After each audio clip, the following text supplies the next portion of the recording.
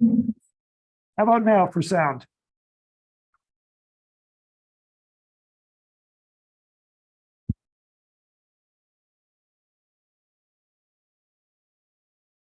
No sound, Roger?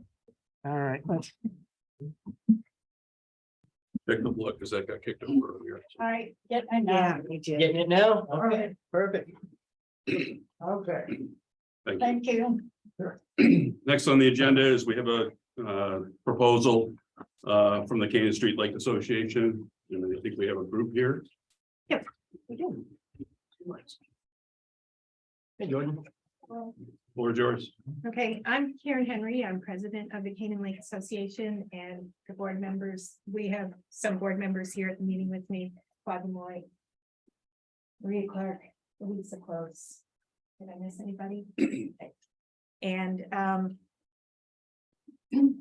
here tonight to ask permission to post a sign near the boat ramp. The sign pertains to, I'm gonna sit down here. The sign pertains to the use of wake boats on Canaan Street Lake. But before I get going on that, just a reminder that our mission, I have some slides here for you to look at. Our mission is the preservation and conservation of Canaan Street Lake and the land surrounding Canaan Street Lake. That's us at the boat ramp in the summers, inspecting boats for invasive species and educating the public about how to keep our lake clean and healthy. The sign we want to post pertains to a relatively new sport called wake surfing. Wake surfing refers to surfing on a large wake behind a boat without being towed. It's actual surfing. And typically the waves used for wake surfing are 3 to 4 feet high. They can be as high as 5 feet. So special boats called wake boats are used to create these large waves. And they do so by taking on 1,000 to 3,000 pounds of ballast, which is usually lake water. They have bladders or containers that the ballast goes into. So then the boat plows through the water and creates these large waves. So the large and powerful waves produced by wake boats pose a safety hazard to other lake users. And they can and have caused significant property damage and shoreline erosion, especially when it comes to docks. But in addition to the property damage, the propeller on wake boats typically rides about 4 feet under the water surface, and it projects propeller wash down to a depth of 16 to 20 feet. And this propeller wash can, stirs up the bottom sediments. It can destroy fish habitat. It can resuspend contaminants that have settled out and been on the lake bottom, for years. So you've got I'm going to stand up and over here to this map of Canaan Street Lake. So you've got something that can reach 16 feet and disturb the bottom sediments, which can be a problem, especially for your water intake supply for the town of Canaan water. And the average depth of Canaan Street Lake is 10 feet. This is the 20-foot contour right here in the middle. Everything else is shallower. The deepest that Canaan Street Lake is 23 feet. That's my lesson notes here. So it's a new sport, just maybe 5 years or so. And there's not been a lot of research done on the damage that's been caused by these at this point in time. But research by University of Minnesota completed last year indicates that you need a 500-foot distance between the back of the boat and, between where the wave is generated to the point where the wave would then degenerate to the average size of a ski boat wake. So it's not altogether, it's just down to what an average ski boat would do. So last year, We're on slide number 5 now. Last year, a new House bill was introduced in the New Hampshire legislature to require wake boats and wake surfers to maintain a 250-foot distance from shoreline, docks, structures, others, swimmers and other boats. In order to kind of get a handle on the sport of wake surfing at this point. It was introduced in January and deemed inexpedient to legislate in March. So at this point, no legislative action has been taken at all in the state of New Hampshire. In our Lake Association annual meeting last year, we discussed wake surfing and the potential harm it can cause on Canaan Street Lake. And the members asked the board of directors to choose the best course of action to try to mitigate impact of wake surfing on Canaan Street Lake, and authorized us to proceed with the best course of action. So the board decided that in line with our educational orientation, we would like to post a sign at the boat ramp that would inform potential wake boaters about their responsibilities. They are responsible for any damage that they might cause by their boat. Advise them about we also are taking the approach that what's bad for the lake is also bad for the wake boats, because we have a shallow, rocky lake that could also pose hazards to the boats themselves, especially with our rocky bottom and so forth. So on the sign, we've got the contours, and wake surfers typically want 20-foot depth. And I've already pointed this out. Here's our 20-foot contour right here. This is 2,600 feet. So it advises, that the 500-foot contour is about like this. And it reminds them of the current law, which is that any craft has to be 150 feet from shore, docks, and swimmers and other boats and so forth. So you're not asking to restrict wake boats there? You're just asking to post a sign? Yes, we're asking to educate. It's advisory. Does Canaan Street allow jet skis right now, No, and that's based on the size of it? a law that The size of the lake, correct? Claude, Claude's gonna help me. I have Yeah. experience in that area. The jet skis that are banned on the lake are banned at the state level. Yep. But the problem is a jet ski is what you might remember from 20 years ago. Someone stands on a small platform Mhm. and holds a pair of elevated handles. That's a jet ski. What is currently in use today, most places, and there are 2 on our lake, are called wave runners. More colloquially. Mhm. The truth is, wave runners are large enough to be classified by the state of New Hampshire as a boat. And they are only required to operate by boating regulations. And no boats are restricted from Canaan Street Lake. So I think that's a complete answer to the question about jet skis. So what you're thinking about, is not really a jet ski. Thank you. And to have something like that prohibited, you have to go through a public hearing process At the with, state level. at the state level. Okay. And then we investigated that pretty thoroughly last summer and consulted with the legislative experts at New Hampshire Lakes. And, it just does not look as if it's not going to happen. If wake boats are ever prohibited on any water bodies in New Hampshire, it's not going to happen soon. How many residents or property owners on Canaan Street Lake are members of the Lake Association? Are they all members or? is Claude it- would know. There's about 80 members. Okay, There might be 120 properties in the lake, so a large percentage. Yep. And anybody can join the Lake Association. You don't have to own property. okay, Right.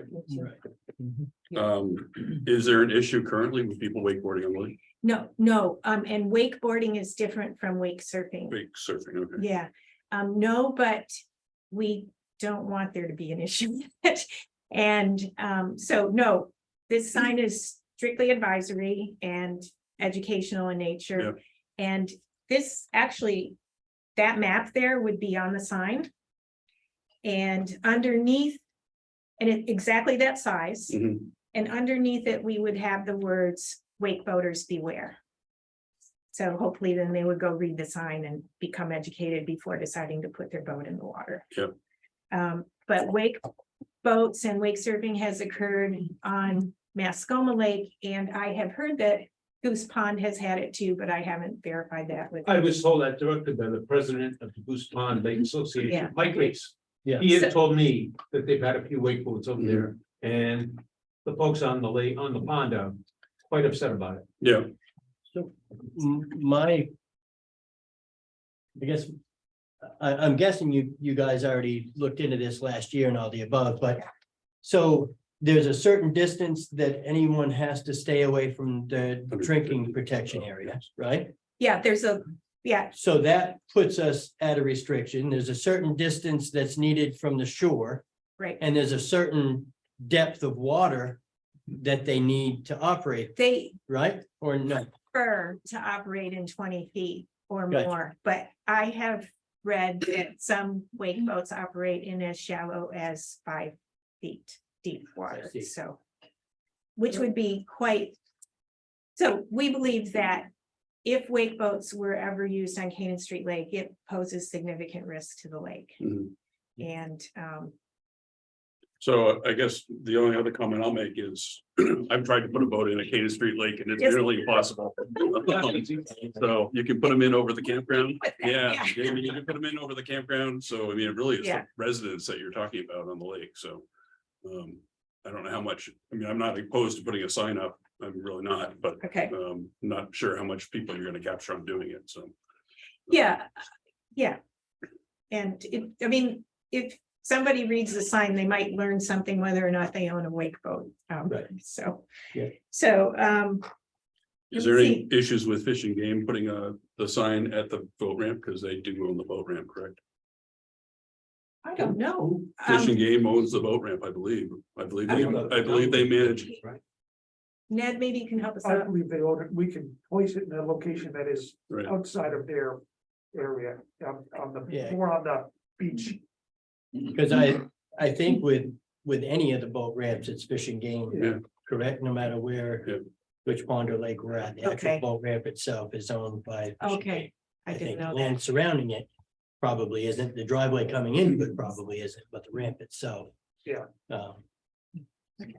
and again, if we haven't voted on this yet, but my preference would be the sign would be over next to the Fishing Game sign that, so all the. Next all- to the kiosk. Yeah, Sure. so it's all together, because Yeah. that's right So- where your lake coast is and everything else, so, So you've got the picture there and you can, yeah, I don't recall what that small sign is next to the one. you're- it's a clean drain dry, it's a clean drain dry sign and we would put it, probably attach it to the leg of this. Well, if you wanted us to move, so you would want us to. move Yeah, that I sign. would prefer it over here, so it's all together, so all that billboard is over there, so, Sure. I mean, again, we haven't voted on it yet. yeah, So yeah. I want The I'd one like to thing, clarify the answer to the question you just asked about the distances that are currently required. Yeah. What is currently required in New Hampshire by law is 150 feet from shores and docks and so on. 150 feet is a paltry distance for these waves. If you think about what Karen told you, the study said you need 500 feet to really attenuate the wave. Mhm. The state of New Hampshire was not even willing to go to 250 feet, so the current law stands at 150, which is nowhere near enough. And I would add only one other point to that.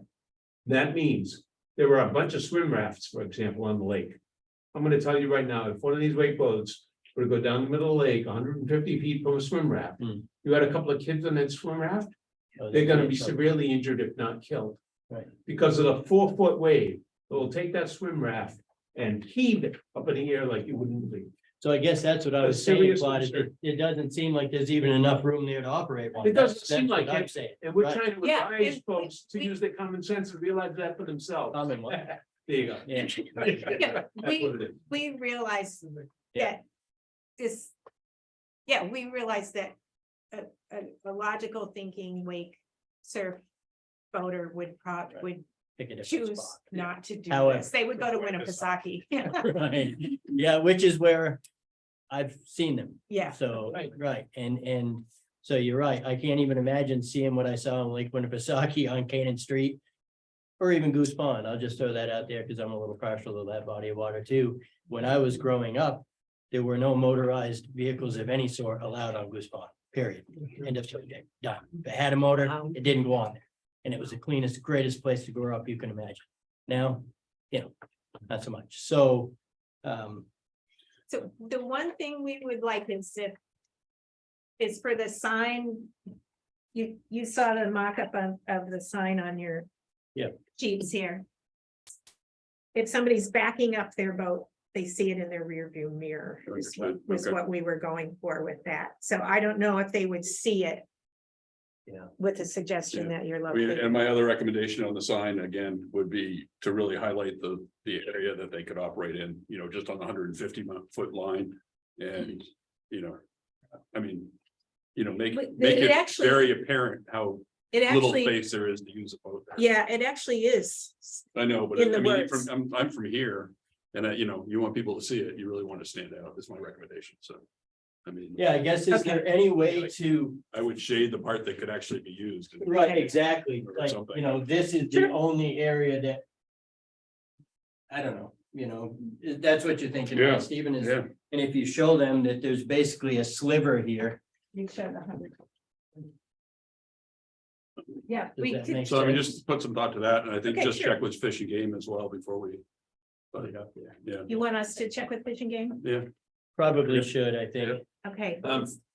I'm just trying to see if I. There will be another consideration with that 150 feet is not only the shorelines. It's other boats. It's the shorelines, Swimmers. docks, other boats.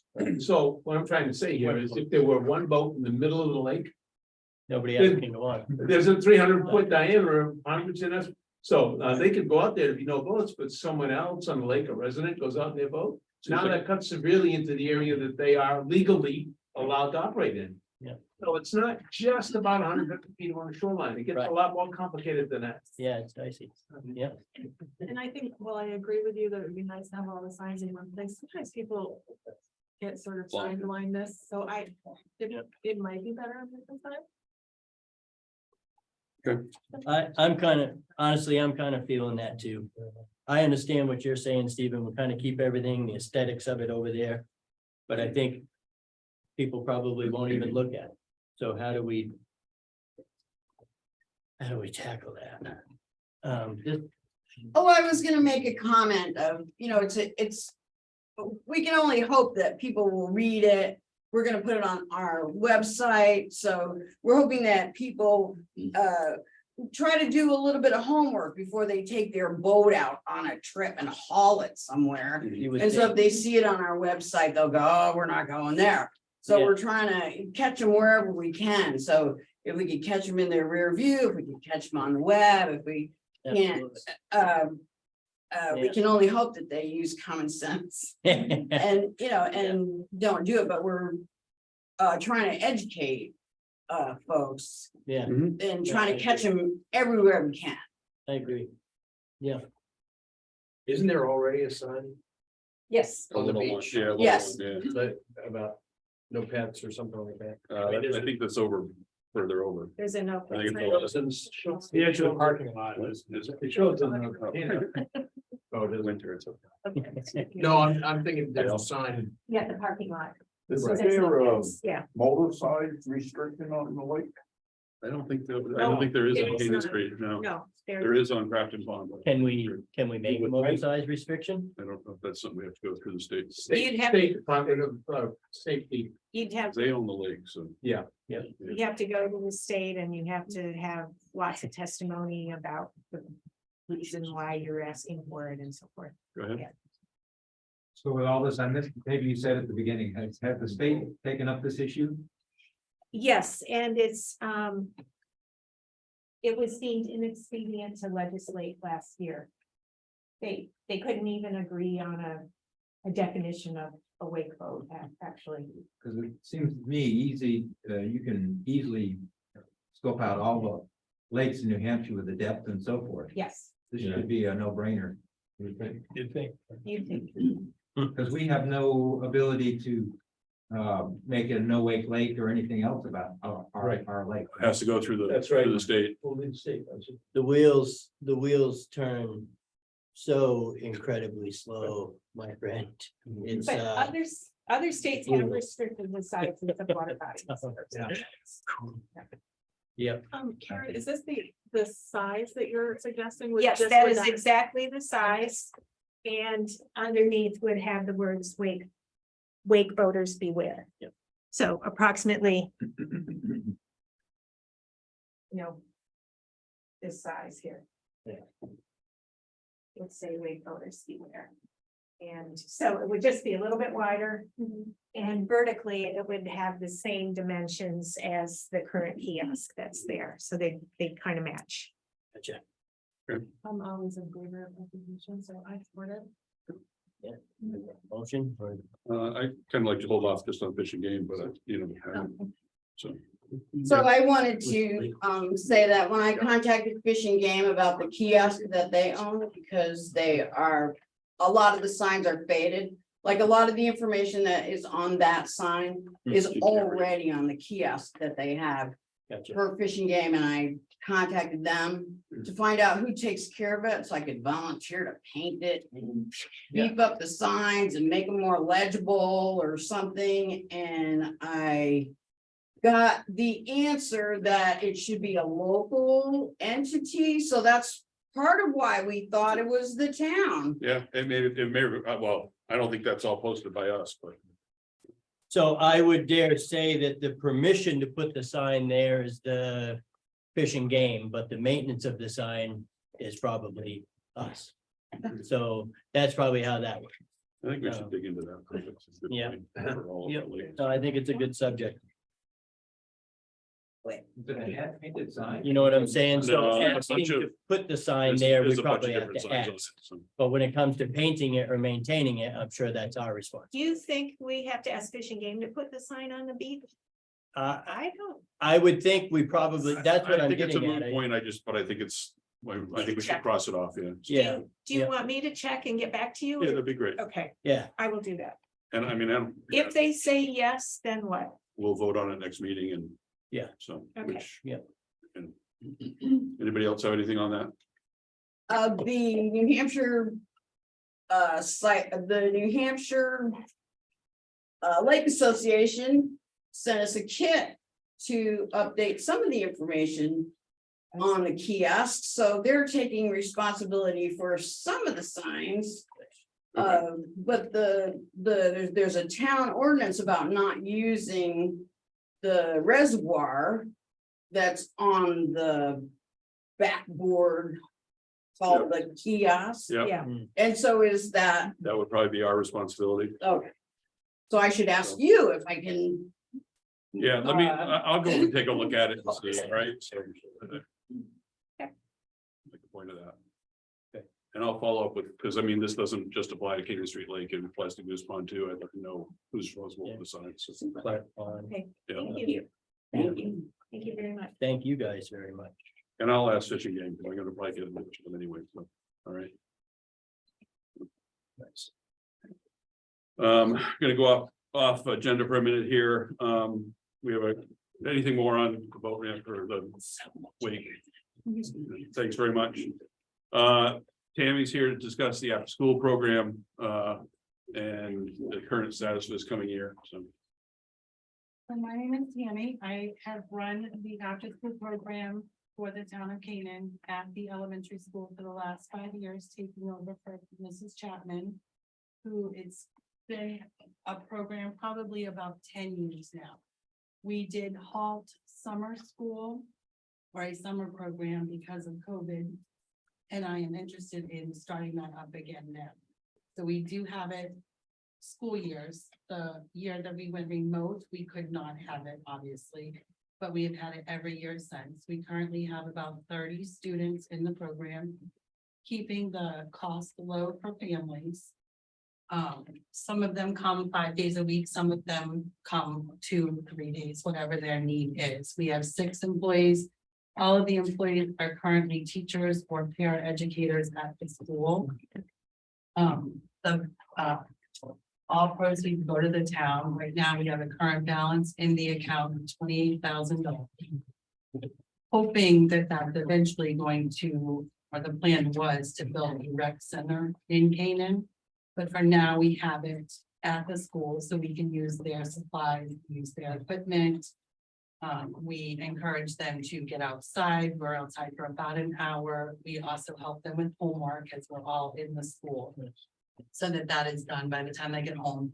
It operates every day that school is in session from 3 to 6. With parents having to pick them up by then. We've had no problems in the past 5 years, so things run very smoothly. I am just here tonight to let the town know that we intend to start summer session again this year. So does Just want to make sure that that is open. the tuition pay for the teachers as well? So it's just the excess that falls into the That is correct. rec So fund? we all work for a very low Yeah. price because we're not doing it for money, we're doing it for the kids in Okay. the town. And the cost to the parents has not gone up in the last 5 years. It's currently $10 a day. And what is a day for summer session? Tammy, just like how long is it? So what we're planning and hoping for this summer is to do a 5-week program from 8 to 5. Oh, okay. And the Okay. cost would be I think we thought 140 a week. So they can sign up for all 5 or just some of them. Right, We're hoping to do current K through 4 or K through 3. And hoping that the new kinders would be available as well. We've had interest from those people signing up now to enroll their kids in the kindergarten next year. So we want to include those in the program so that next year we still have Yeah. the students. So the program during the summer Mhm. is 8 to 5, Monday through Friday. You said about $150 a Correct. week. And So- I did research, I checked into the Enfield program and the Lebanon program, that is the rate, the Nice. standard rate for what it is for a daycare. All right.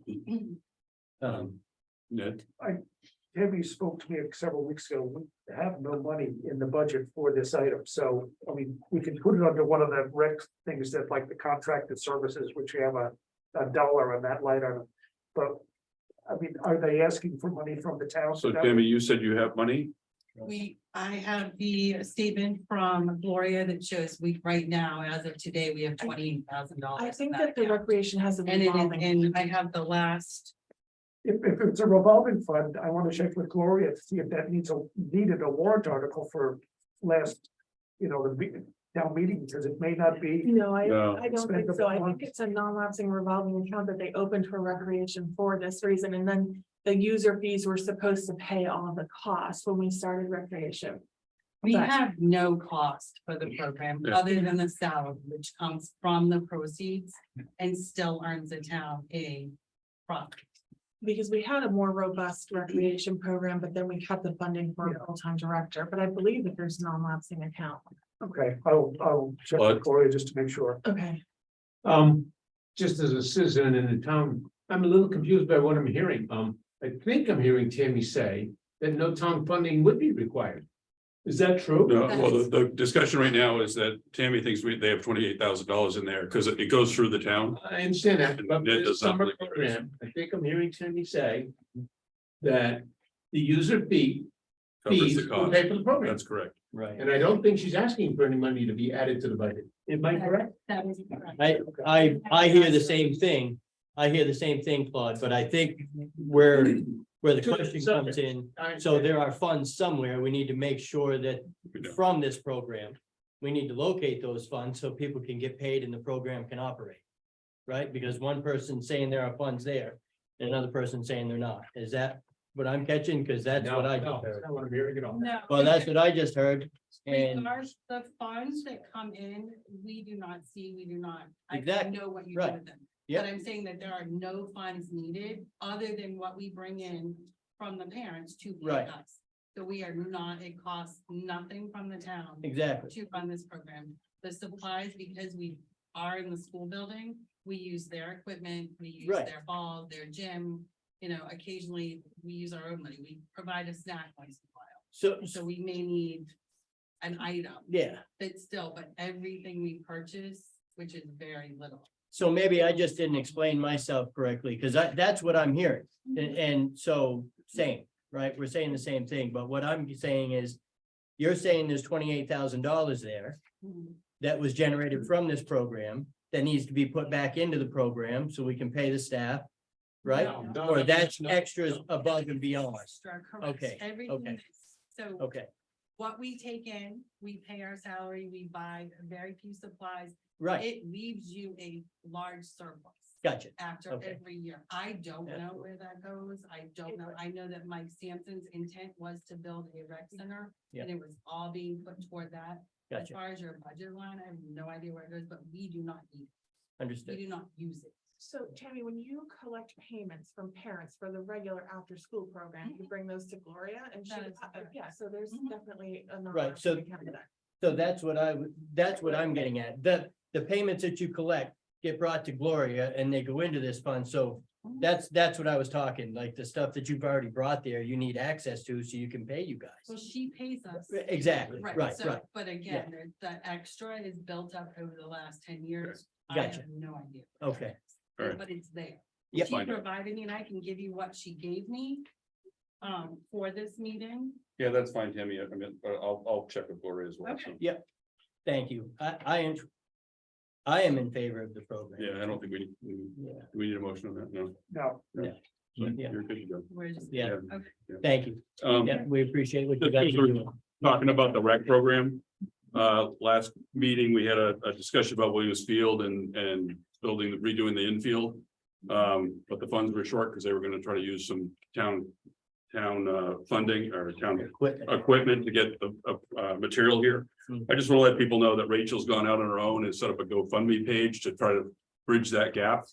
Just, if you've got some extra in your hand, feel free to join in that, so. Yeah. we also were able to find that's that material that she needed to truck in from Henniker or wherever it was. Yeah. We can get it in West Lebanon from Pike. So Okay. she might be much closer to Okay. that. If she had 5,000, I think they needed to get as I remember, like 8,000, so. they must- So Wes, you said the softball association had a bunch of money sitting around that they might Donate up a bit. might get them involved with that a little bit, so. Yeah. I'm not involved in it, but I know what's in checkbook. Cause I was last year, so I know what is there.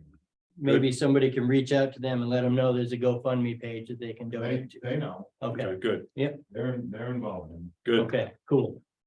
Next thing on the agenda, appointment of fire deputy wardens. Hey, Hi, John. John. it. Good evening. Howdy. So I've got 3 for appointment. It needs 2 signatures from the select board and then Ned would have to sign. They're all separate applications, different. John, can you explain what a warden is? So I'm the warden. So the deputy warden are actually, they help me out enforce the laws or issue permits, like campfire permits, brush fire Okay. permits, stuff like that. Thank you. So I think right now we probably have about 8, so this would add to the list. These are all, like I said, separate ones, so you can each look at the application separately. If you have That's any something, questions or? that's something we can do afterwards when we've got a minute. or Oh, two. yeah, that's fine. Yep. Yeah, I meant to get them to you earlier and I just didn't have a chance, so you could look them over. Are these all members of the fire department? Yes, they are. Actually, except for This one is. Jeremy, where is it? Yep. Yeah, but he's got a lot of experience. He was out west. He would fight fires out west. He was a on fire crews out there. and What stuff. kind of, I mean, what do they have to do to get, other than be appointed? Yeah, just be appointed. Basically, it's nice if they have experience, which most of them do anyway. So, but he's really got a lot of experience and Alan Gove does too. Okay. Yeah. So, yeah, no, look him over and then Yeah, we can do that afterwards. That's fine. Okay. I have one more question then, John. Yeah. So they don't have to live in Canaan to be a warden for?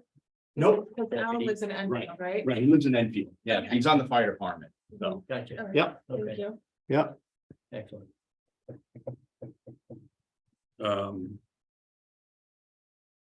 Next thing on the agenda, approval for a catalyst program, letter of interest for Northern Border Regional. This is for the transfer station potential money. Station, I just would like to get your permission to see forward. It's the. Things that look like this, we have to submit a letter of interest. Yep. I'm assuming with a budget, I'm starting to prepare again. I need to get to you and get the whole warrant idea and how much. it would be. Okay.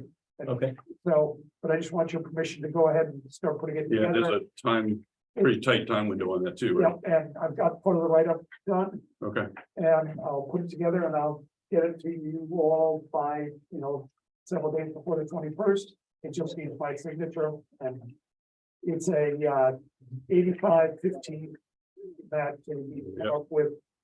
so that's on the potential 50,000. And this would be in addition to the 50,000. This is addition. It's separate. This was from the federal government, that's from the county government. Okay, so how much is this up to? It's 500 grand.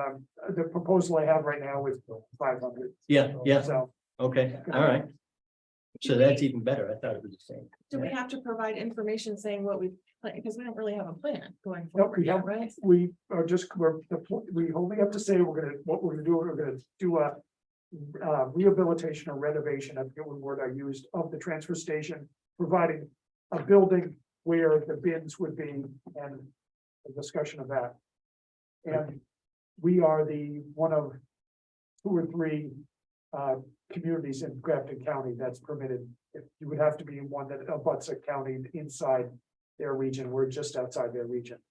okay, So. Okay. Just with a consensus Great. of the board, go ahead. and I Yes. will Proceed. I say, all, yeah, motion, Katie, you good? Yeah. all in favor? Aye, Aye. perfect. Next thing is animal shelter services.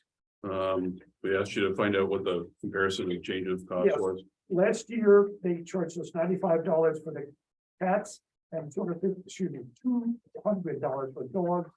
They're now at $125 for cats and $250 for dogs. And we're sort of stuck with paying them. Yep, Because there's no place else to go Right. to really. okay. Do we have any idea how many animals we brought there last year? I do not, I know. can get that information, but I know we've had 2 or 3 this year so far, so. So honestly, at the end of the day, that's not gonna make or break my decision. It's more of a curiosity thing than anything then, so not a super priority, but it's gotta be Okay. done, so. True. I put a motion that we accept the proposal. I'll second it. All in favor? Aye. All right. Is that me signing that then? Yes, I'll get you, yeah, just sign that one that you have.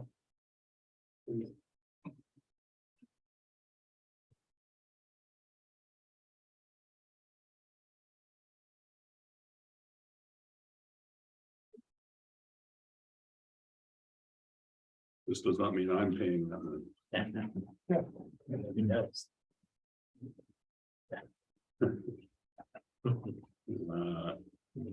And John Coffey for the water department. How are you, John? Yes, Haven't seen you in a while. I put in your package. My request, basically what it comes down to, been working with the ECA and the Community Loan Fund. EPA basically is oversight of the Community Loan Fund. Therefore, they requiring us to do an environmental impact statement. If they accept this money, it's all part of accepting the money. Mhm. So the way, the federal government's kind of quirky that way. They want you to spend the money first and then they give the money to you. Kind of, the USDA does the exact same thing. Northern Borders is gonna force you to do the same thing. So basically, they want you to, they'll pay for it. But they want you to put the money in first, Mhm. then they'll give the money to you afterwards. That's their criteria or the way they work. So throughout the project that we're working on, we have to create an environmental impact statement for every little project that we do around town. I put a list together in the horizons outline, listing all the projects that we'll be doing. So in the end of it, Horizon put a package together to show us exactly what they'll be looking at and then how much it's gonna cost. And that money will be recouped when we actually get the $1.4 million Yeah, from the package. Right now, it's basically 6-8 weeks to do the environmental impact statement. That'll probably, we're looking at probably late June, early July. And then basically from then on, we do what we say we follow all the procedures that they require. The Davis-Bacon Act, the BABA, American Iron and Steel, and everything else that goes along with it. Saying, well, we're gonna do this, mhm, and to where we accept your money. And then the last thing is we set up an account, much like we did with FEMA, so that they can transfer money directly to us. And that's the last part of the accepting the grant. And that's basically what I'm coming here to ask you for. So that what I'm coming here for right now is have Horizons complete this entire environmental impact statement. and what's our out-of-pocket cost for that? So it could be anywhere from $30,000 to $40,000. Basically, he just put a rough number to it, Mhm. but it'd be only for the part of basically the 6 different portions that we'll be doing with that money. That's right now. I met with him today. He recommends that we do it for everything that we're gonna be doing, Yeah, because it'll help us, basically just hand it to the different organizations. yeah, And he's worked with Lisbon up just north of us here, and they did the exact same thing. So they had a whole package put together.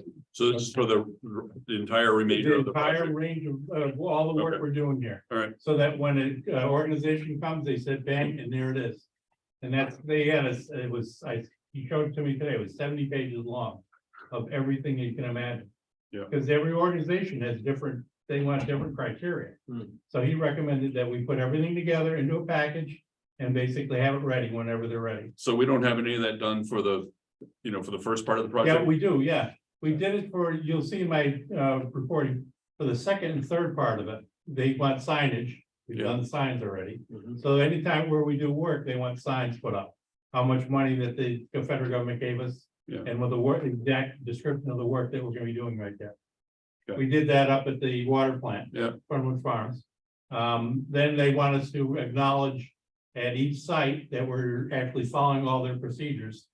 And all their criteria. So you say, there's basically statements to them saying, we're following your rules. Mhm.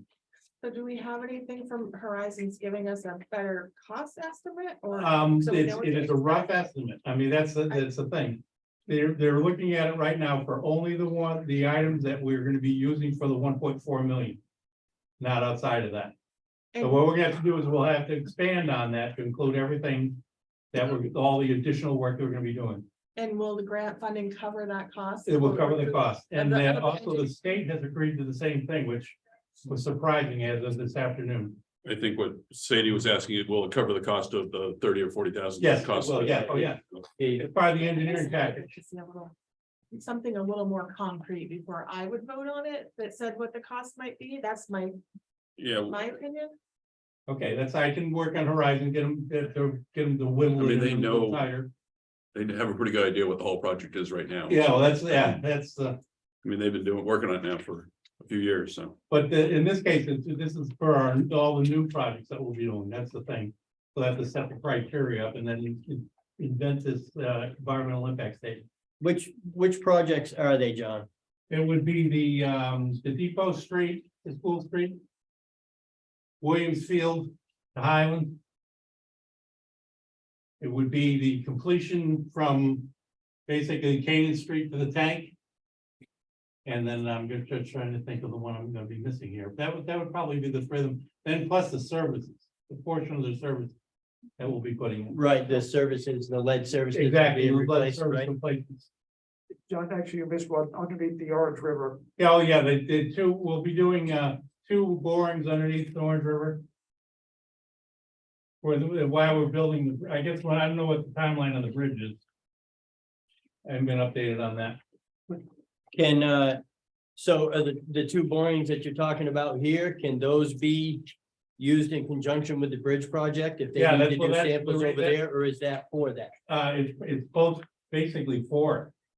We don't have a copy of that. That we All have, we have is the, It's gonna go All for we two have is the different select board. projects, though, right? Doug? yeah, oh, yeah. Right? Yeah. So that one boring sample potentially Yeah. can be used for two different Actually, your box, companies, yeah. right? what's it? It's in your box. It's in our box, okay. Okay, The problem there is that there's a concrete separator that's in the river itself. Yeah, And the river's gotten a lot more violent and swift, yeah, and long term, it's gonna take it out.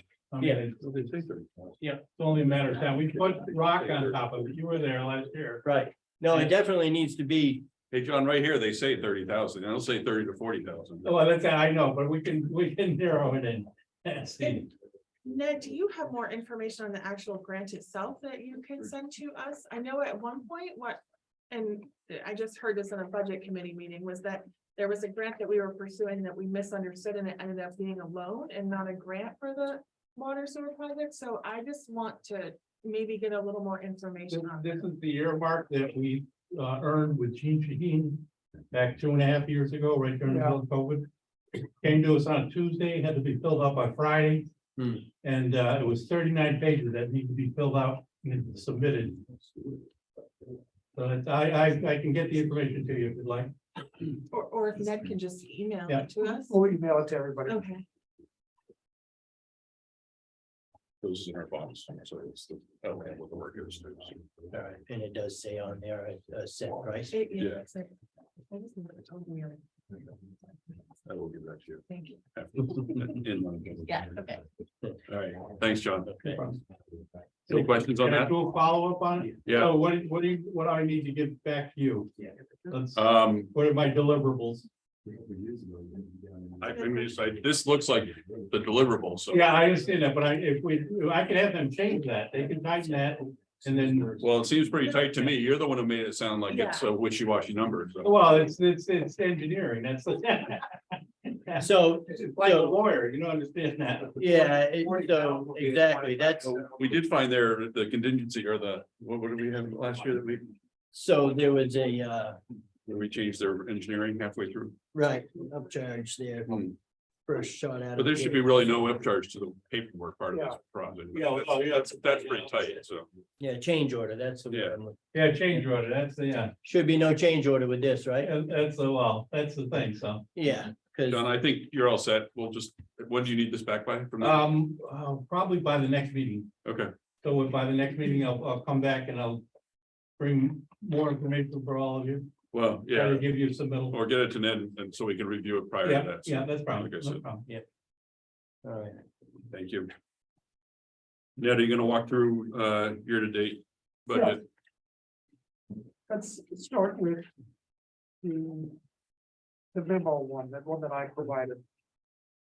As you can, if you go to your handy dandy little budget with the highlighting, we'll just go through the line items real quick. The training and seminars, as it says in the handout that I gave everybody. The reason it's 17% is $249 was used to pay for the retirement party. Or part of the retirement party for San Fran. Well, that's interesting. Yeah, that was the only place I found that we could really put it. yeah, So, Okay, moving down, the other one, last item down just below that, it's 71% under 141,40,560 at the end. That one that should be there. It's a one-time annual expense and that's how it should apply. okay, The same thing for the next one below. The one thing we do need to do is you can see that it's. It needs, I would say it needs a little bit more budgeting because it's 7,700 this year and we came. Closer than I'd like, but we need a little more software support part, for the software support. software support, just in case we Yeah. need to go back. I'd like a little more of a cushion. That's a one-time One-time annual fee though, right? annual Yeah. fee, yes. Yeah. And that's a one-time annual fee, not associated with the overall stuff that we get from the Treadwell. Right, right. The auditing services, as just down below, is clearly obvious. We get the audits done once a year. It should be at that amount. Yeah. The service contracts, again, it's a one-time deal per year. We just need to budget more for it because it's over by A 1,000. little bit. The budget committee should be at that level because they only meet at the beginning of the year and the end of the year. So Right. they should be about there. The moving on to the second page, data processing. Yep. The data processing hardware and support, again, that's a one-time thing. Alan was here just the other Right. thing. It should be at 12%. The Assessing software. assessing software. We need to budget that better. I spoke to Todd and I forget the other guy's name. Brandon, Brent, thank you. It's an annual cost. We just need to budget better because we're overspent by 1,000 there. Okay, Okay, and this one and the next one are both the same thing. The budget items there for mapping and software support were the same ones for 2022 carried forward to 23, so we need to do better budgeting for that. The Grafton County prosecutor expense. We've talked about that several times over the year. It's just been annoying that we have to catch up with that. Right. But it's not a one-time thing. We are gonna owe them some more money each year. at this point, but it's not until later in the year.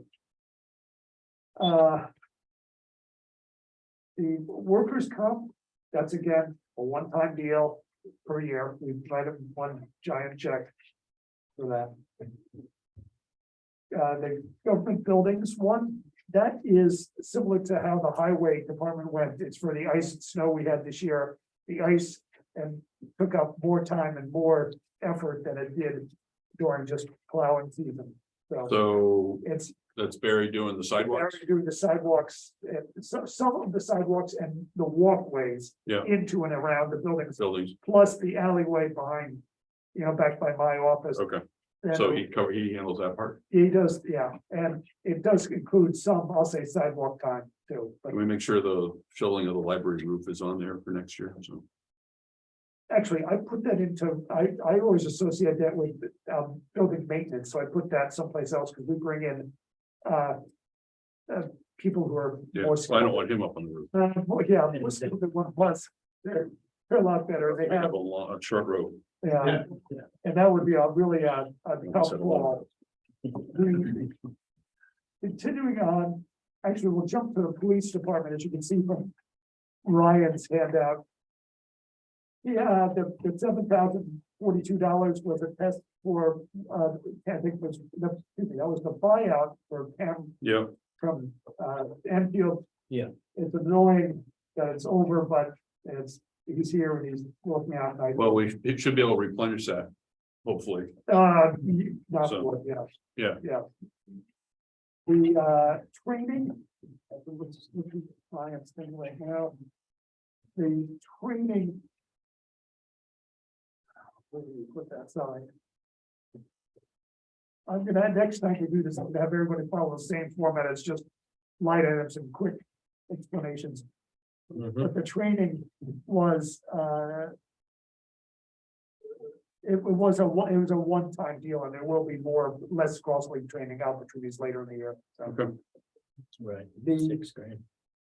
fire department, Do we, before John steps in, one of the things is the electricity. I know we put LED lighting in there and the garage. yeah, Are we starting to see a benefit from that? Or we is are it- starting to see some Yeah. benefit. Although the lights are on more now because guys in the garage and we're Okay. doing more.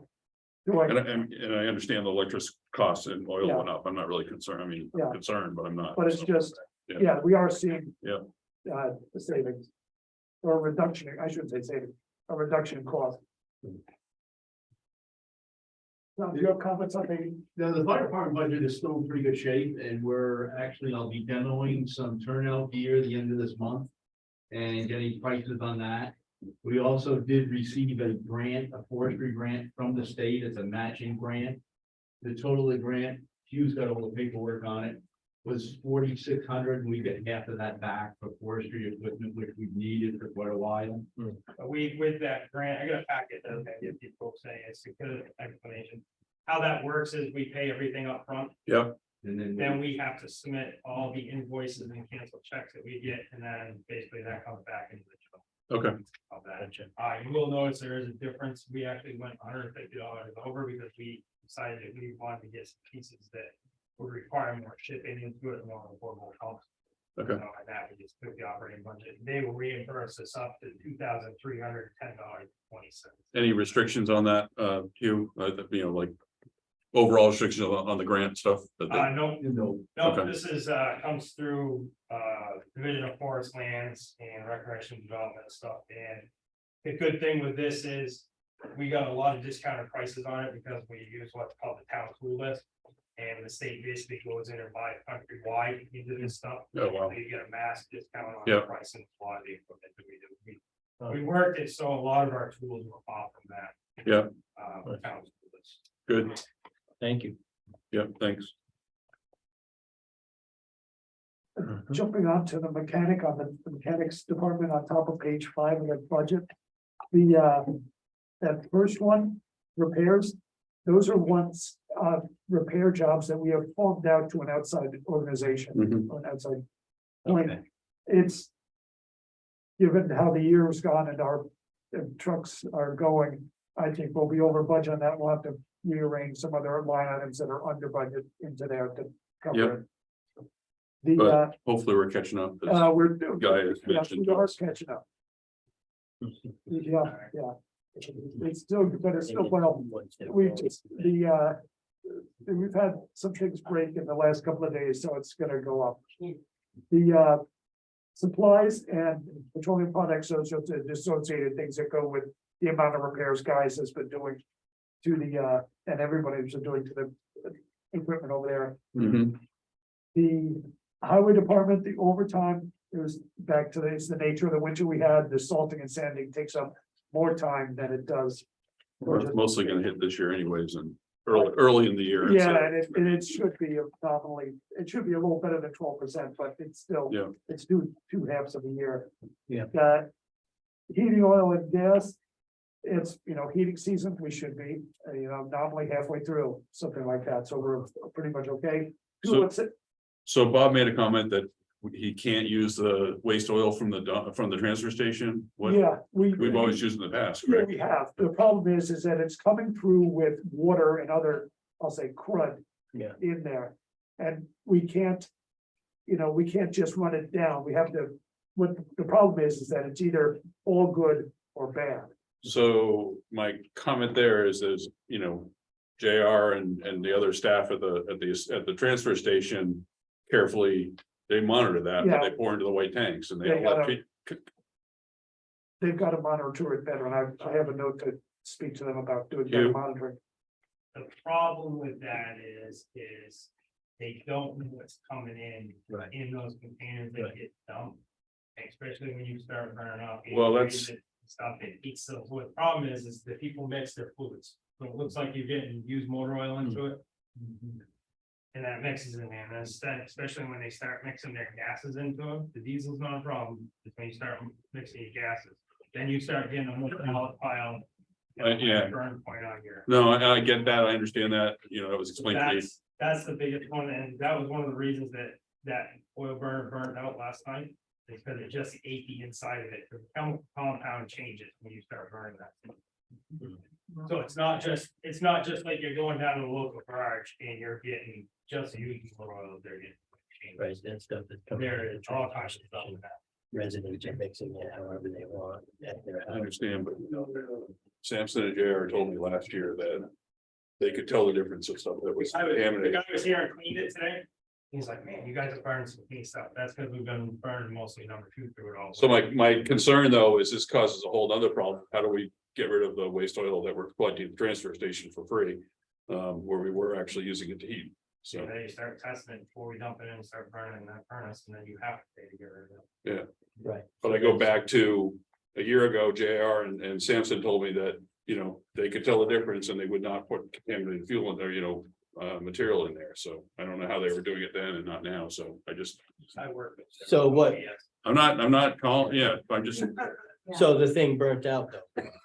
That's the result of Samson not knowing what he's talking about and JR not stepping up because he didn't want to take the heat from Samson, quite frankly. And because of that, the thing burnt up and we had to rebuild it. So replace it. go ahead, replace it. I Yeah, think it was $14,000, Yes, some big. but I mean, I hate to put it as short as that, but I believe that's the case, Well, we unfortunately. need to figure out if we're gonna start charging for more too then. Right. So- Yes, and Bob has a call out to Clean Harbors to get a price on how much it's gonna cost to Right. get rid of what we have.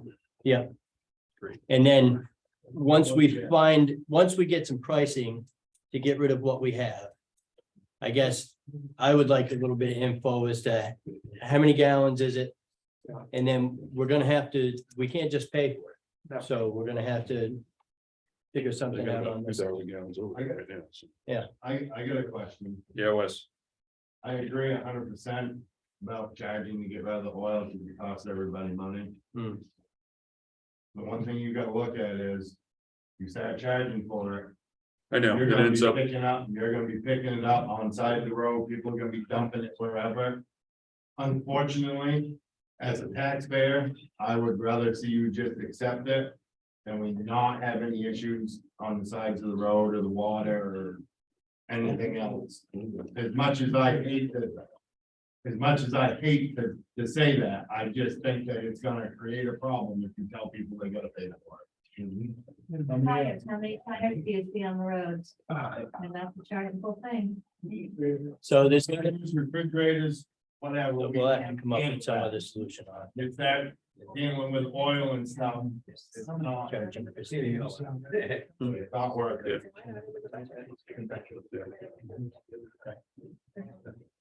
Moving on to the transfer station. I hear you, Wes. So we have the two items there, appliance costs, the appliance disposal costs, and their disposal costs. We need to update our fees. Yep. And I'm gonna be back in the next couple of meetings with the appropriately updated ordinance for the transfer station. So we can do it legally. okay. Moving on. That's really it that I saw, right? That we're going off the budget versus actual. Is there any way to get a line item budget versus actual like we used to get? Oh, say that again? Get a detailed line item, year-to-date budget versus actual. Yeah, I did make copies. It's actually, if you ask Bob got one this after the other day from Gloria. Yeah, but none of us in the public.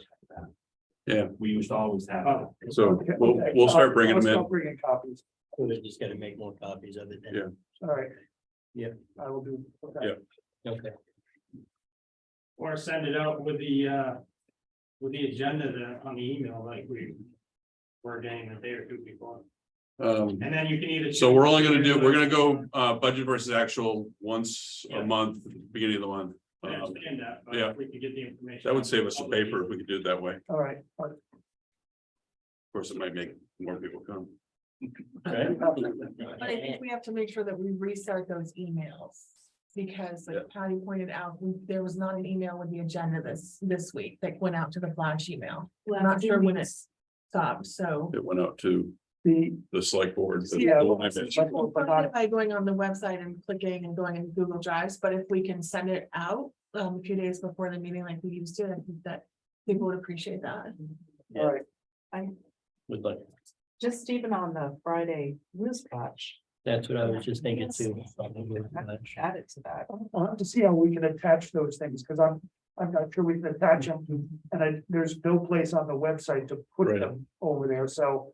We'll come up with a solution. Getting- We'll either have copies here the next month or Or it'll be in the email. it'll be an email. Yeah. Jordan, we're not gonna do emergency medical or fast squad. Because we had told you before, we're gonna do that at the second meeting of the month. And just, all right, Just let me know if you guys have any further Yep. questions. Thank you, that was good. thank you. Any questions on that? Thank you. Other business, I've got library sent in a request. They want to expand on their gardening program that they had last year. I shared pictures with the board. They want to put 2 raised beds and 2 climb ladders. They've had a lot of success with the herb garden they had up and back last year, according to Amy and the Friends of the Library. I don't see a reason why not. I mean, it's just more activity downtown. Yeah, I'm good with it. All right. Motion. That's a quick question. Where are they wanting to define that? I believe near the front, they're not gonna intercept with the pass. Actually, the overall plan, I think, I don't know the exact location, but they want to make it so the paths are more used. So they're blocking people from walking on the grass in the front of the I library. just So, want to make sure they weren't leaning them up against the building. no, they're like triangle pyramid things that, so. I don't know if we need a motion for that or not. No, we Okay. do not. They're also inquired about painting of that building, which that money's there. We had it already gone out for an RFP, nobody bid on it twice. No, just once. We only put out We one, all put it out once. Yeah, only once. well, we got Put it out- nobody responded. Dan.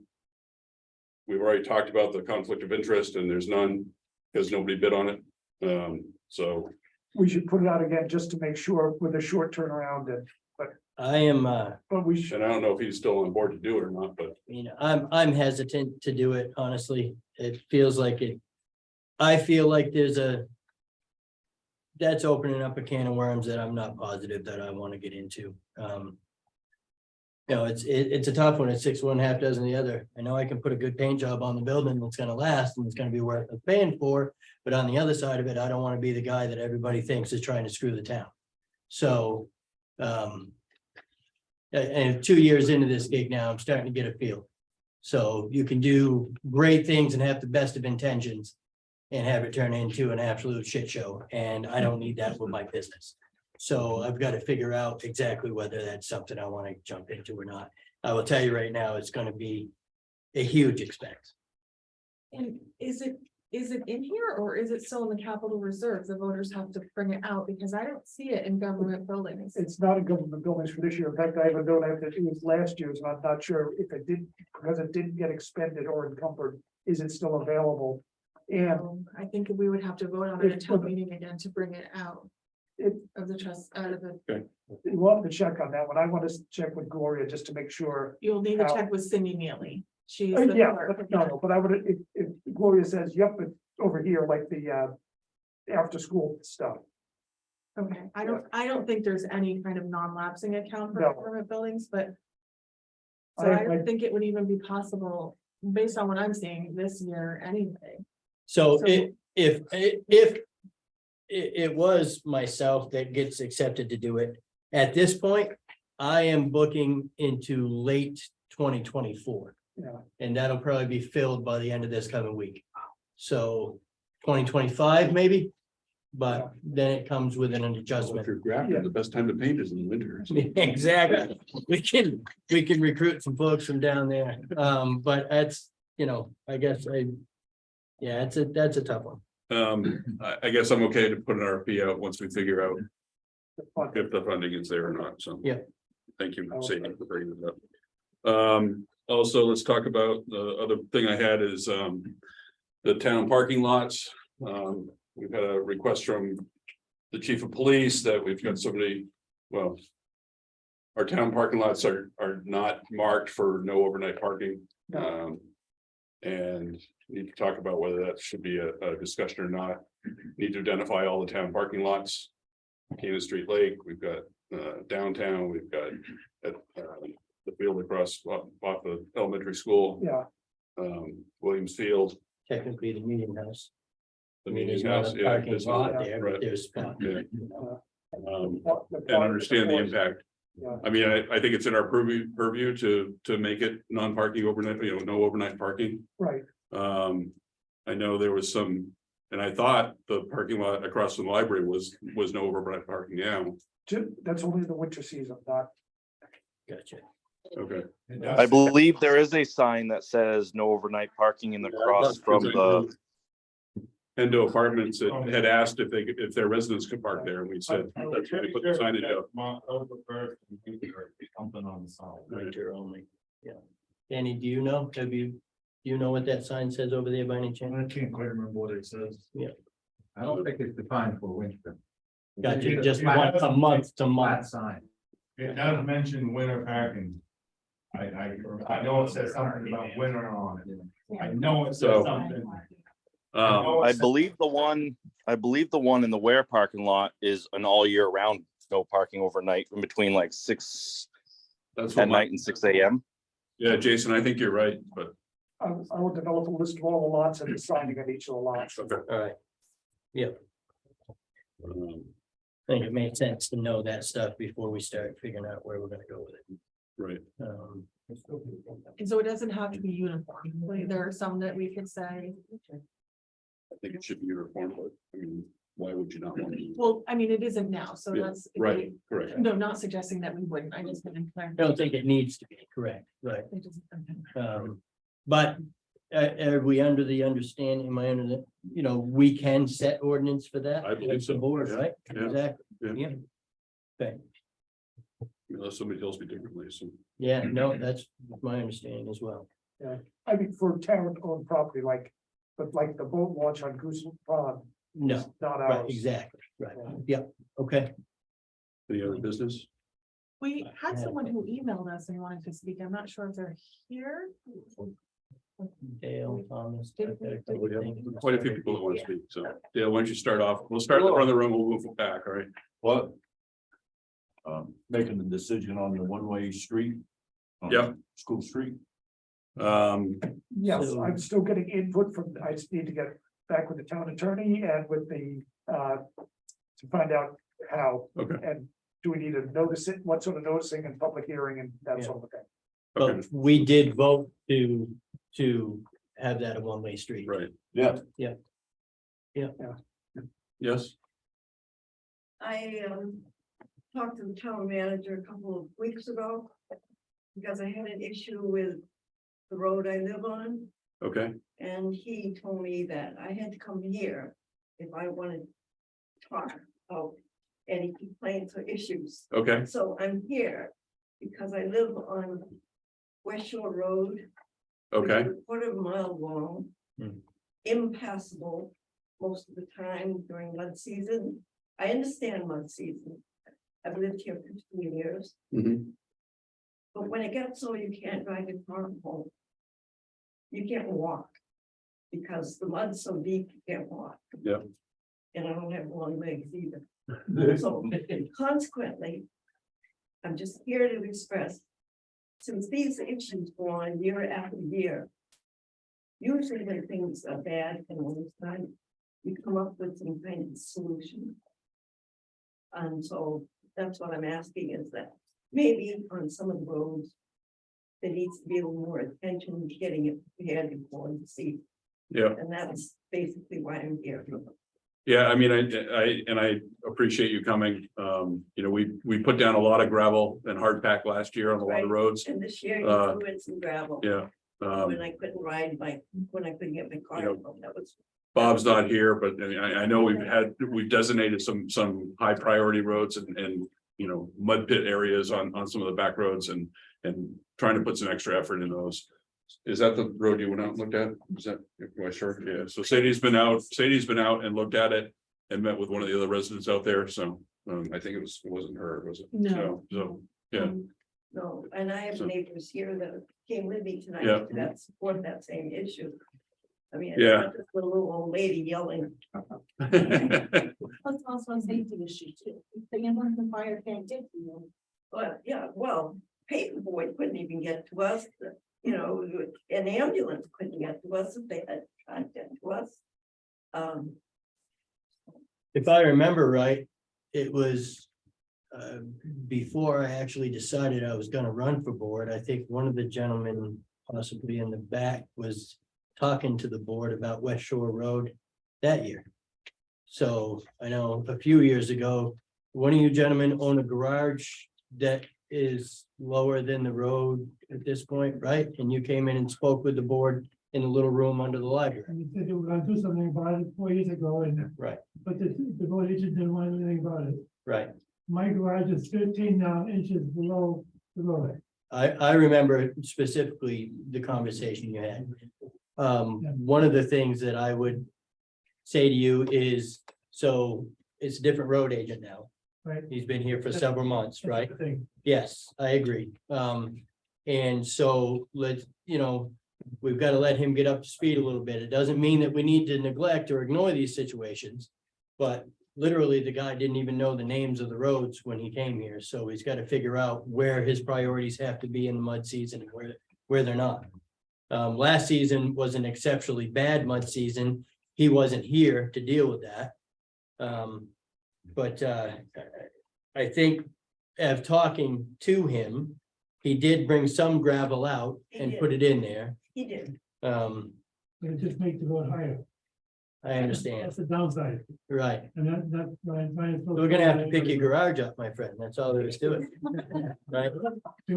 He did say that.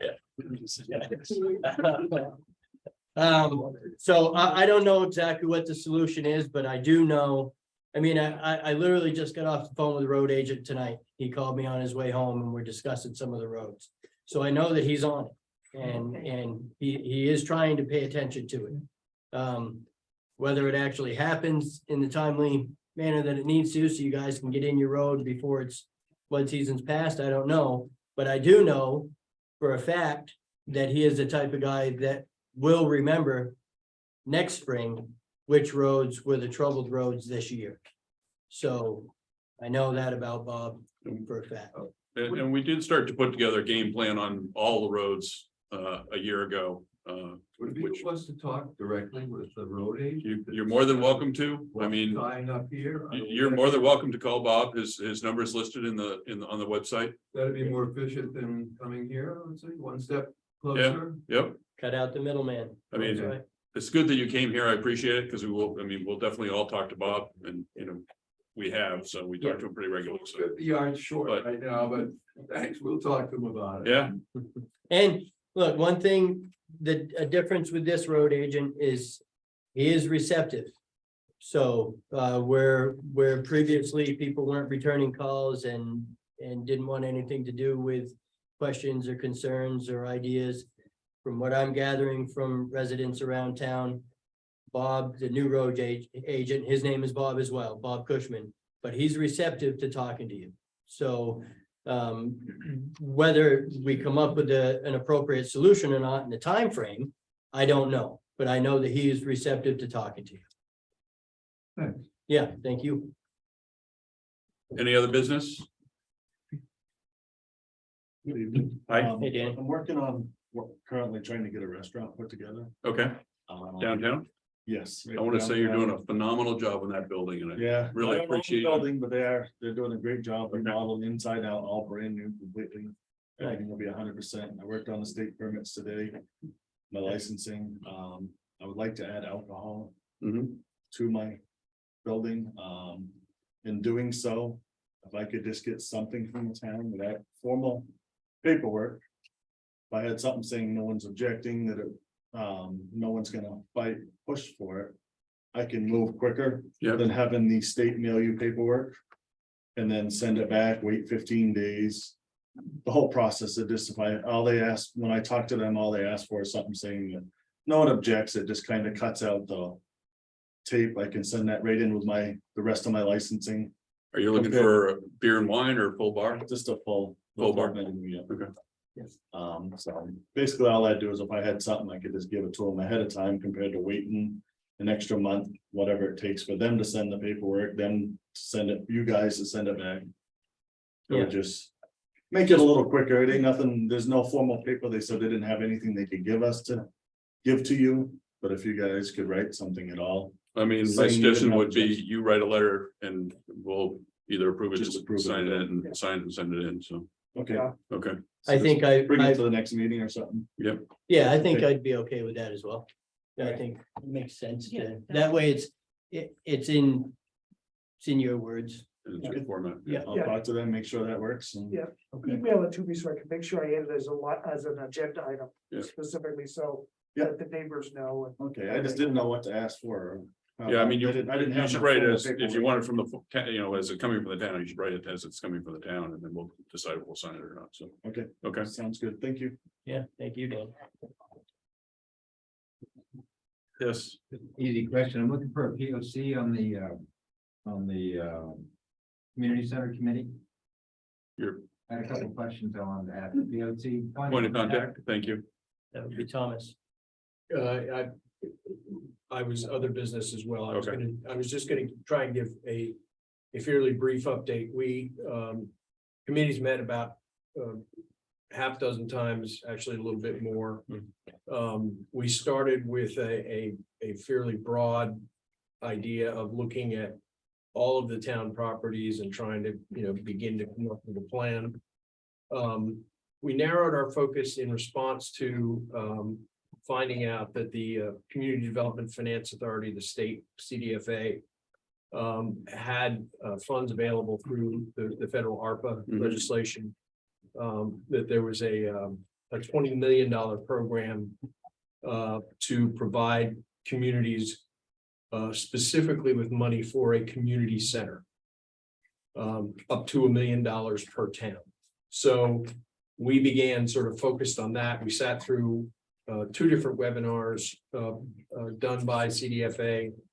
The second of which was just last month, about a week and a half ago.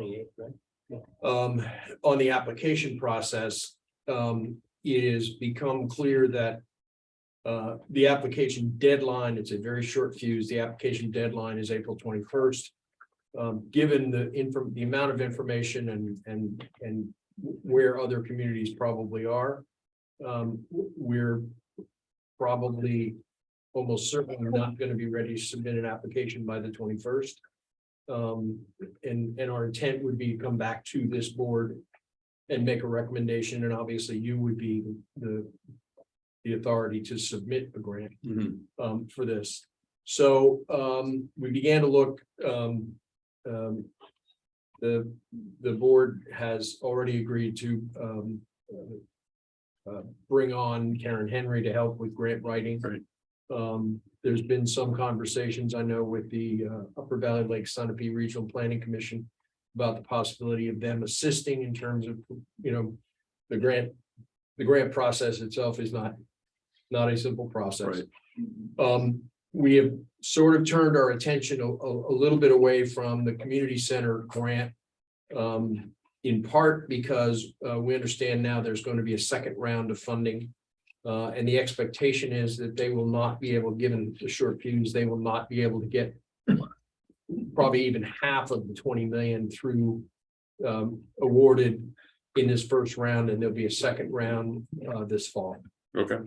What we are looking at is the possibility of a planning grant, which is up to $25,000 that would assist us in answering some of the questions in preparation for submitting the second grant. So the other thing we've begun to do is we did an online survey. We're now trying to provide hard copies for folks who aren't online to get initial impressions about a community center. Community has voted several times in favor of a community center, the sale of Cozy Connor, etc. But that support seems to be reflected so far in our initial results from this survey as well. I don't have specific numbers for you tonight, but it's pretty it is pretty overwhelmingly supportive. Now the issue is people have different ideas. It does seem to me, I guess Tammy has left. One of the things we've talked about is perhaps moving, is having recreational facilities as part of a community center that could include childcare, that could include the after school program, that could include some of the senior center programs, etc.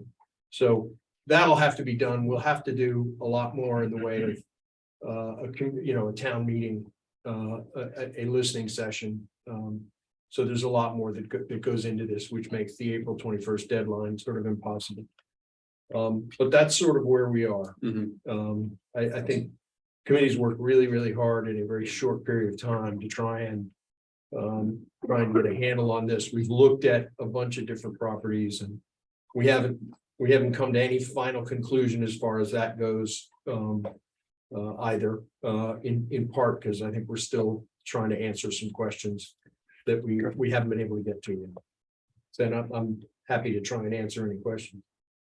If I may, Brian Armbruth. I missed the first part of the year. I was doing elder care in Florida, so I'm sorry, but trying to catch up. I'm wondering, as we start new endeavors around here, are we coming up with a charter that indicates how and why we want to do something and how and why it's going to be financially taken care of in the out years.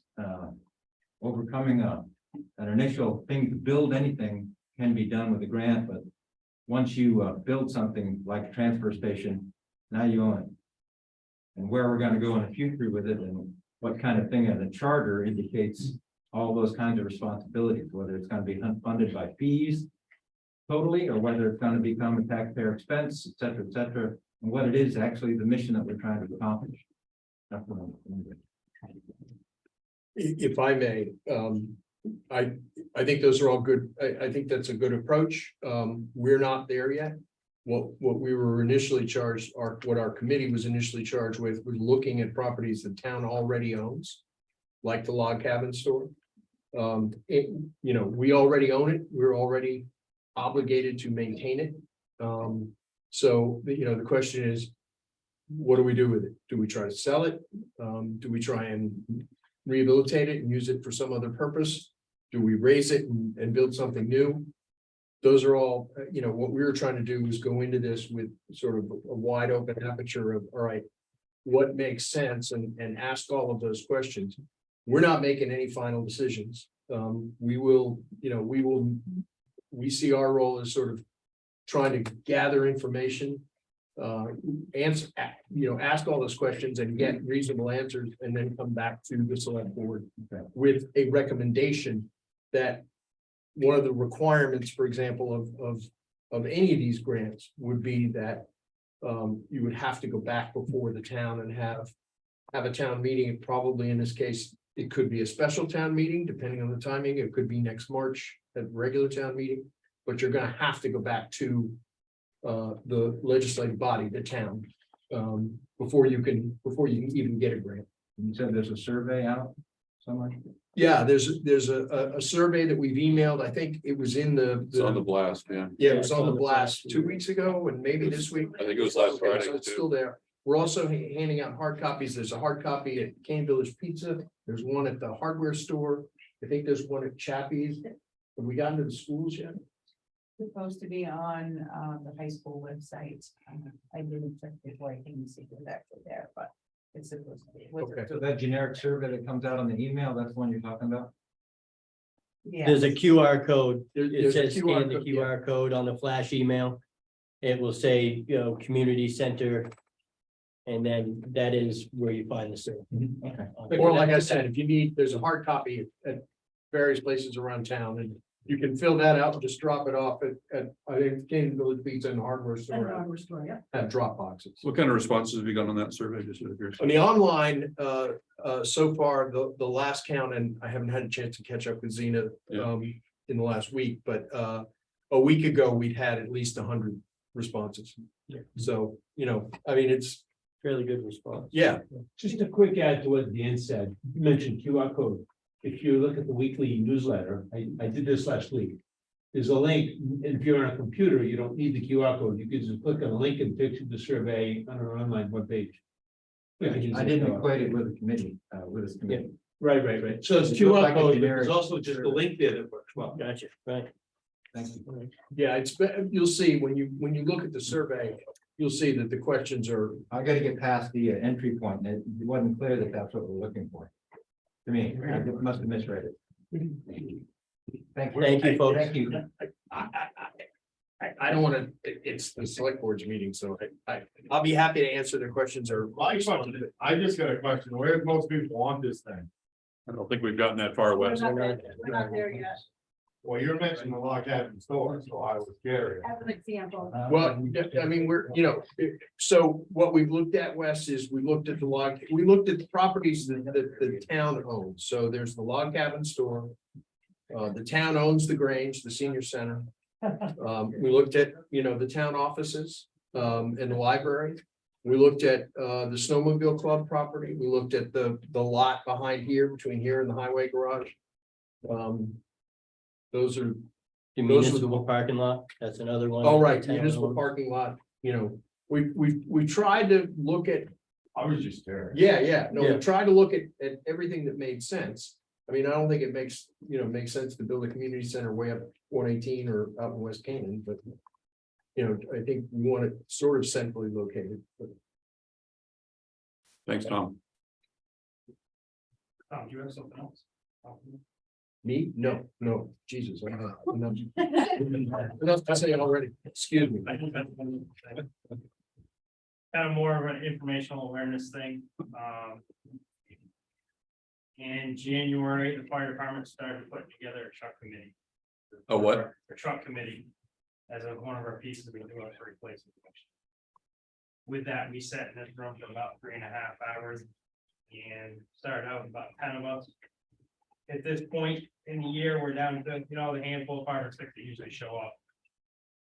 And we did pros and cons of everything and needs and wants and more needs than anything. And it came to the realization that for this department in this town to move forward, a ladder truck would be a great asset to the town. We keep getting hit on the ISO ratings of that. Lack of aerial devices with the amount of properties that we have, 2 stories plus in town. It's in its infancy stages. We have started looking around at other departments that have them. Some very comparable size to us in towns. We know we don't have the money in capital reserve to go buy a new one flat out. We haven't had time to actually sit down with CIP and the team start. We are aware of basically what cost of a new one looks like. It would be a lot of alternative funding that we would be looking for if we decided and got the blessing and moving forward with this project. There's a lot of legwork to be done. Just want to throw this out there and make you folks aware of it, so when you hear that we have a 2-piece apparatus sitting in Lebanon at Station 2, because that's very comparable to the piece that we'd be looking for, because we have some storage length and height requirements to get them into that building and operating. So anybody has any questions at any time, they can feel free to ask us. And they said, this is nothing set in stone. We just want to make you folks aware of it. So you don't hear something off the street thing. And I'm going to squash one of the questions right now that we always get asked in the statement that's always made. You have Lebanon mutual aid. If anybody looks and sees how many times we go to Lebanon, their ladders are usually both tied up. They don't have the personnel to do it. So we got some very high occupancy places. We had a pretty good scare up Cardigan. I'm gonna put it as a scare. Luckily, it was a boiler malfunction. When your building starts filling full of smoke, and you got kids on the 2nd floor, and we can't reach a couple of those windows. Put some things in pretty good start. Solar panels on the roofs have become another problem for us, whereas average chimney higher, we cannot ladder a roof anymore with solar panels.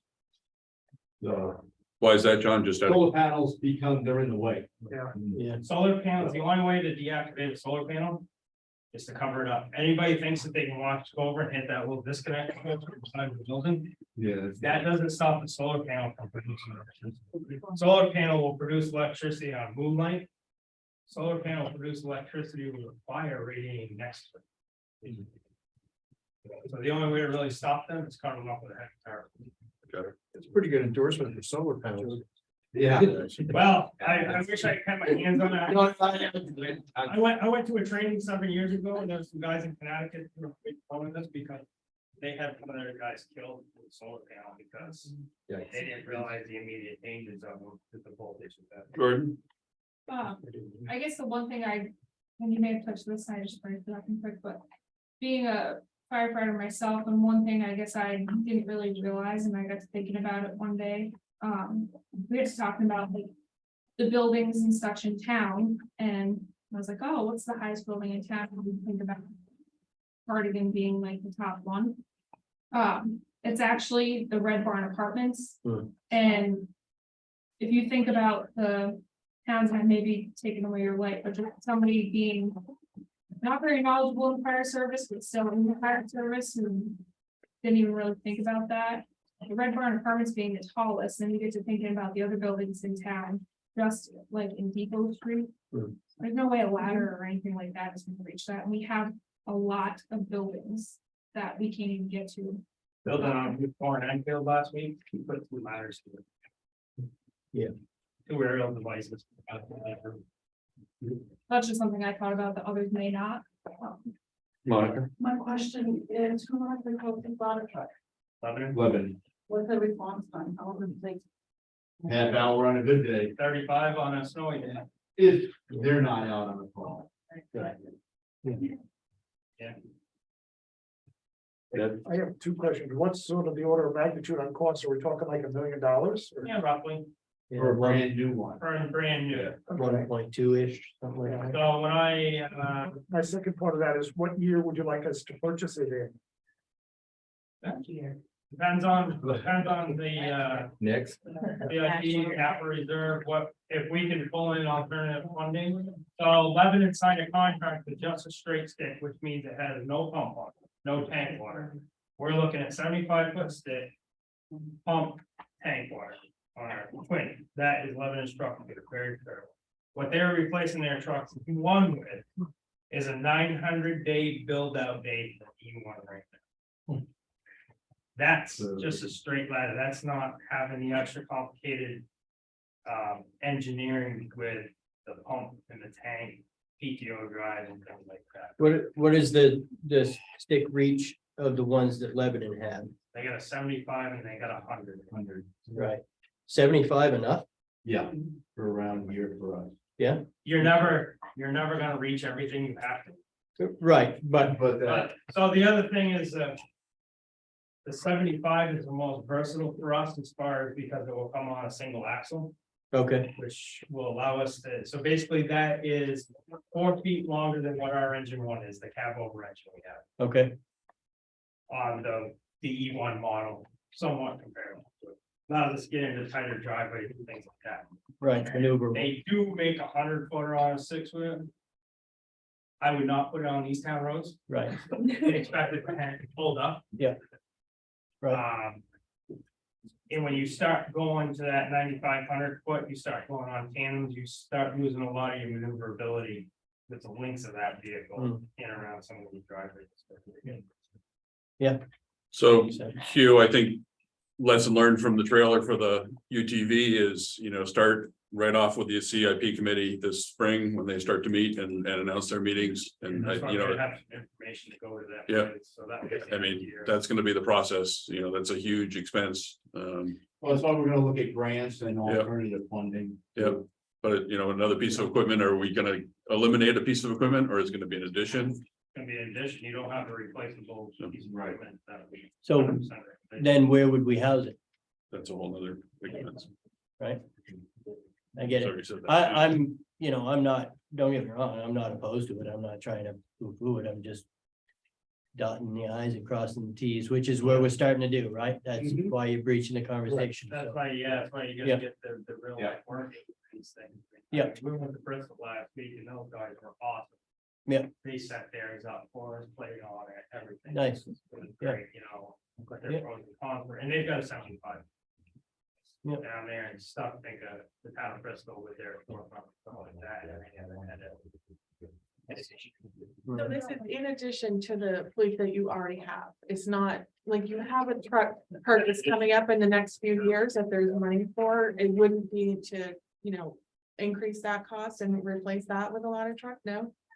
Because in theory, when that CIP was put together, we didn't have the utility truck that we have now. That utility truck, so the rescue's up for the replacement. That utility truck is taking a lot of workload off the rescue. That is running a lot more of the trees and wires down, blocking a road, things like that. So we've taken some of the workload off that. So we feel, we look at that, we can mechanically stand and look at that and evaluate it to last a few more years out. And not to eliminate that, but we may be able to move some pieces not onto the ladder, but move some pieces of that onto one of the engines that will be running more and more. Let's just face it, it's like buying an excavator when the backhoe's up. Now we've got to find a plan for the backhoe, now we'll have to find an alternate plan for the rest. Yeah, so as a member of the CIP, I don't know the difference between all the trucks you're talking about, so I would like to come over and just have a tour. Do I contact you or John, or who should I? Well, Have to- Okay. and that's one of the things I'm glad you brought that up, because at one point we actually did talk about that, because there's a lot of people that don't know the Yeah. difference. They see big red fire truck with lights on it. In fact, inside Cardigan Mountain, here last fall, I get a conservation officer going, oh, no, it's another damn big red fire truck up here. Well, this is what we bring all our tools with. Right. You know, this one, that's up here, is a lot different than the one that's sitting down there. For us firefighters in the building, if we ever need to get out or something, and would that make a big difference too? Oh, yeah. Yeah, because you got a ladder or a flat roof, say at the library. If you get a fire up in there, you got an extra way down off that roof. Another thing good use for them is on a decline. A lot of these ladders now do a negative. The accident we had a couple months ago, the fatal, we would have had somebody up, I'll tell you. I struggled getting up that hill with that guy. You know, that's very easy to reach up and clip, and that thing swings over. Now we don't have 6 people on a hill this steep trying to shimmy up the ladder or nice thing. It's just operability. Everybody thinks ladder truck is just goes to the building. But there's many more uses for that. Well, to your point, I think it's gonna take a lot of education to get that through and. I will tell you that don't be surprised if you see this ladder truck out here every building fire that's on our roof right now. Yeah. And there's a couple reasons for that. Now we really know what we need to start using that. We can really see where we can get it into real life operational, and they're more than happy. But do you request that on a call or does Hanover dispatch decide that? We set up our run card, what we want. And Hanover has one that responds to, or are they second alarm? No, They don't. where's special requests on? Okay. The problem with Hanover's, by the time they get it out here, half the time they're looking for a fuel truck. That's not a joke. Wow, okay. So, and there's a big difference of what we're doing and what Hanover has, and that would be part of the educational piece. We'll kind of put something together of that. Where Hanover's a tower, 10-wheel chassis. So- Get it into a lot of places. Yeah. So Lebanon's the only ladder truck that ever responds out here. Yep. I mean, if we had to take the block on, we would, we'd be on Hanover for nothing really, but it's. Right, have to make a special request, but Yeah. for the average. Yeah, we don't have them set up on a tower because, like I said, by the time it gets set up here, by the time it starts operating.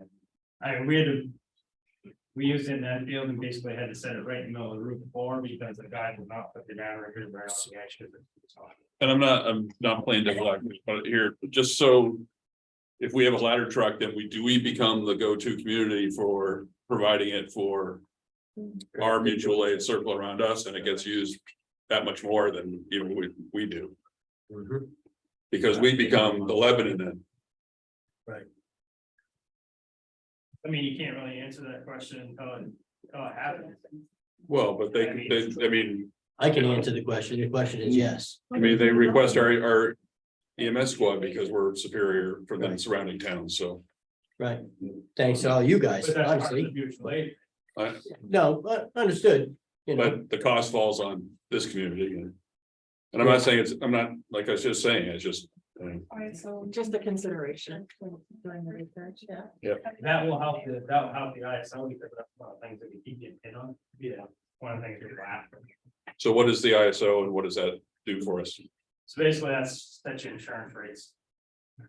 what does ISO stand for? Insurance Service Organization. I got you. They come around every couple of years. Yeah. And we have to show them our records, whether it's training records and all our records from testing our equipment and stuff like Okay. that. And they go off of that, and they set the town rating. Right.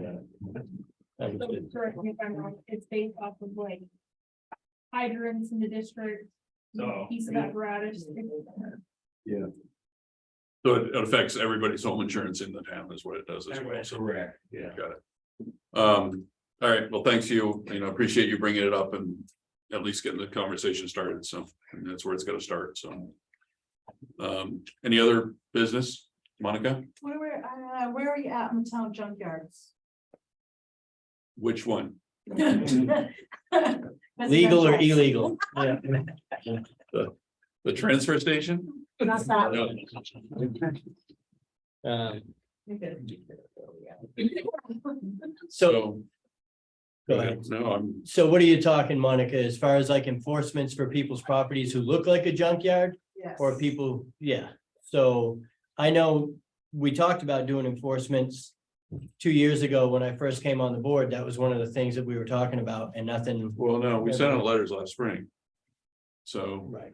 I got a question or a comment on that. I got a simple solution for that. You If do? don't like what the people's land look like, buy it. They pay their taxes. It's It's pretty built simple. what they want. Yeah, I'm sorry, that's the way that it is. So Monica, I'll follow up and with Ned, because we did send out letters to, I think, 16 properties in town. How it works. And not at all how it works, Wes, but it sounds good from the couch. But once you get on this side of the table, you understand most of the things that sound good on your couch can't actually happen. So it sounds good. I would suggest that you run for multiple offices, Wes, because you seem to have the solution to all the problems. That's one thing that I've never understood. Is people talk about what somebody else is doing with their land. If those people are paying their taxes, why should it affect the next person next? because door? it can affect the person next door's property value, Dan West, quite frankly, Right. So- negatively. Not only that, it's fire hazard. Yeah. Fire hazards, Wes, there's one that's so Pest bad, control. it could light the whole town on fire. I mean, that's not a lie. That's a huge. You need more than a ladder truck for that. Yeah. Just, any other business? I've got it. I guess.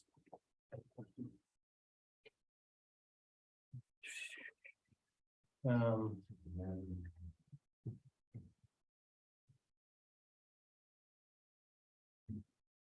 No. I'm good. Motion to go in a non-public. I have one question. Oh. Sorry. There was I forget when I was here last, but there was something about Switch Road being fixed for the Fish and Game Department wanted to go all the way out to Clark Pond. Yep. Is that why Switch Road isn't getting? We are actually starting to do some preliminary work on Switch Road. We've got some plans in place to take some trees down. And we're gonna rip out some of the pavement around some of the worst of the frosties there, so. So we're not gonna wait for them to. Well, we're Rip it not all gonna, up. to do the whole thing, we're not, yeah, the goal is Yeah. for the federal government to pay for it, so. Yeah. It's not Fish and Game, but it's, yeah, it is a federal program. so. Yeah, Oh, so they're still going ahead with that then. from what we understand, yes. You know, we're still waiting for federal Right. money from the 2017 floods. Right. Yeah, So- everything moves slow. Yeah, Oh, my lord, Okay. it's brutal how It is slow everything moves. yeah, My I God. love to make promises and look good, but then when it Yeah. comes to the right. write the yeah, check, Doing it. We did meet with a gentleman. We looked at all the trees that need to come down. We got a count on them. He gave us a price to do that. We've accepted the price. We're working on scheduling with him. We're gonna take the pine trees down in that worst section.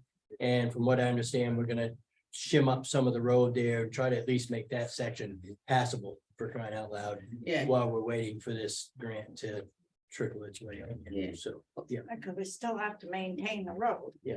We You can't do, wait but- 5 years or 3 years or whatever. Thank you. I wanted to ask if there's a reason why we stopped posting things on the actual calendar. So if you click on calendar on the website, I personally, I don't know how you feel, would like to see the meetings posted all in one place and then things that are happening in town. It's just if people click on it, that it looks more vibrant and exciting and we can see what's happening. I can do our stuff. If people don't send me the other stuff, I don't know, so. I did go through the web page today quite a bit, Ned, in my haze of waking up.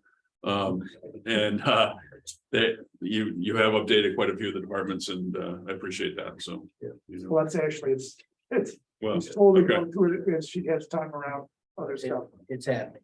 So one of the things that I've come to realize is that Sharon did way more than her expectations were. She did. So Sure did. that's one of the things that I was gonna.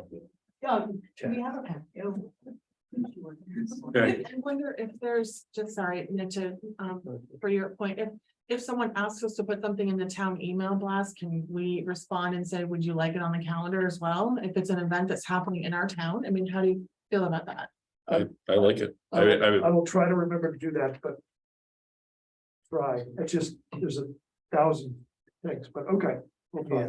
I haven't looked at the calendar, to be honest with you, so. I like to see when my committee meetings were all in one place, that's why I know. Like so.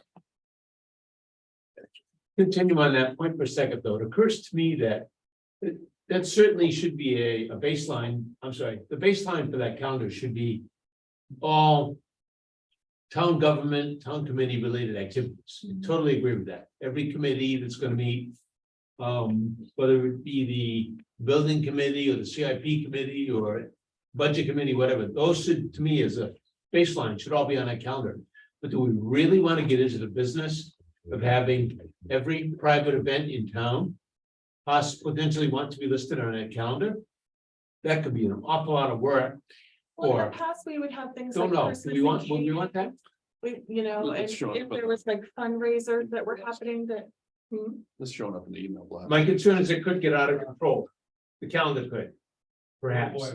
It could be many private Yeah. events that you might be biting off more than you can chew. Just for you guys to think about. Okay, well, let's just start with the meetings. All official We have calendars. that extra day. Yeah, one step at a time.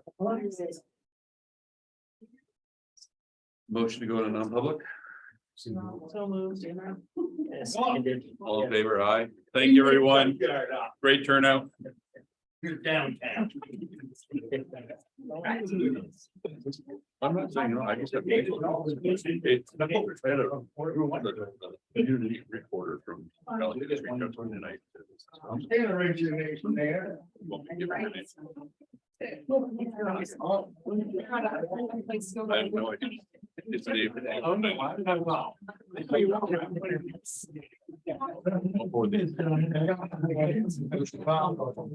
Yeah.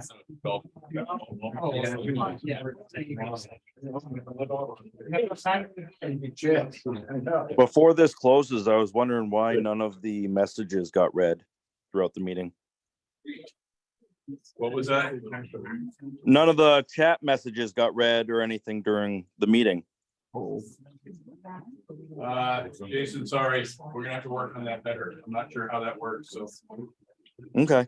All right, I remember that Sharon. Sharon, you can do it. So Mike, you can, yeah, so. Yeah, I understand. No, I understand, but Sharon hasn't been here for a while, so. Didn't know we were missing it. Yep. Okay. Okay, yeah, no, that'd be great. Danny was. Sure. Okay. Oh, I'm glad to have that. Really quick idea. Yep,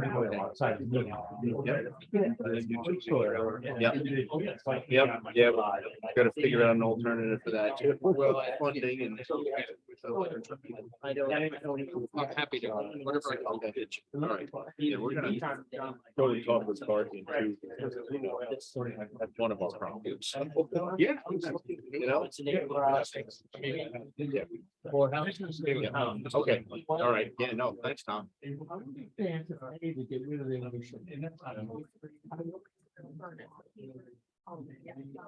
He may better help, but. They don't do that. Thing is, you know, that's sort of a- If I was to grow with it, no changes. That's And what that- I feel about I that. just don't- I can probably answer that, because I think it really needs to be about less. I don't know. Good night. Thanks, Todd. The plans, what he's up to. Yeah.